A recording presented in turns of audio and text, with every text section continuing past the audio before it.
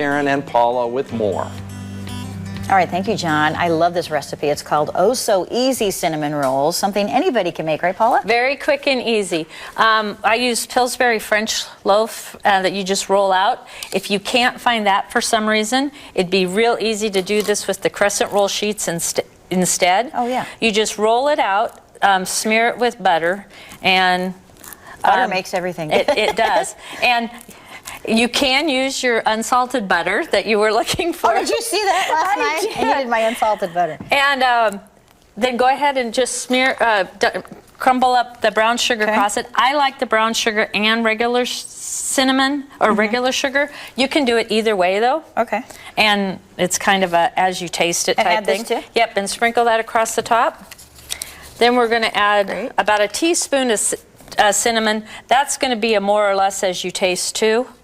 If you like it more cinnamon, do. And this is a recipe you can throw lots of fun stuff in.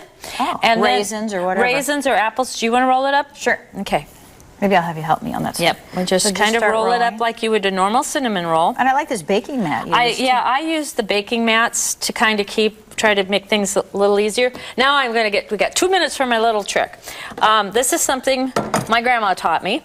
You take a regular piece of string, just a thread, you just run it across, and you have. That's how you cut it. And that way they don't get broke. You gotta love grandmas. I and their know. tips. How long do you bake it for? About 20-25 minutes.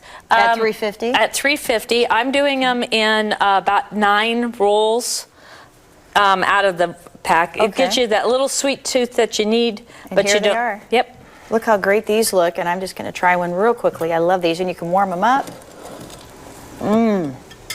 These are very good.